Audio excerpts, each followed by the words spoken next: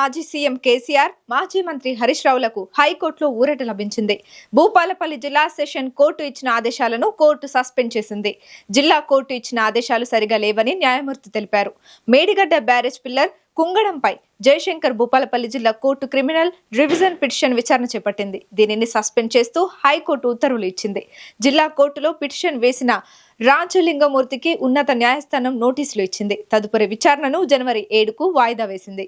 మేడిగడ్డ బ్యారేజీ నిర్మాణంలో అవినీతి జరిగిందని భూపాలపల్లి కోర్టులో రాజలింగమూర్తి పిటిషన్ దాఖలు చేశారు. దీనిపై విచారణ జరిపిన కోర్టు ఈ ఏడాది జూలై 10న కేసీఆర్, హరీష్ రావులకు నోటీసులు పంపింది.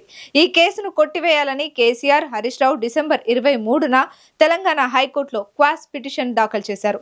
జిల్లా కోర్టుకు రివిజన్ పిటిషన్ ను స్వీకరించే అధికార పరిధి లేకపోవడంతో ఈ పిటిషన్ ను కొట్టివేయాలని హైకోర్టును ఆశ్రయించారు. మెజిస్ట్రేట్ కోర్టు తనకు పరిధి లేదని ప్రైవేట్ కంప్లైంట్ ను కొట్టివేసిన తర్వాత రివిజన్ పిటిషన్ విచారణకు స్వీకరించి ప్రైవేట్ ఫిర్యాదును తిరిగి తెరిచే అధికారం జిల్లా కోర్టుకు లేదని కేసీఆర్, హరీష్ రావు తరపు న్యాయవాది హైకోర్టులో వాదనలు వినిపించారు.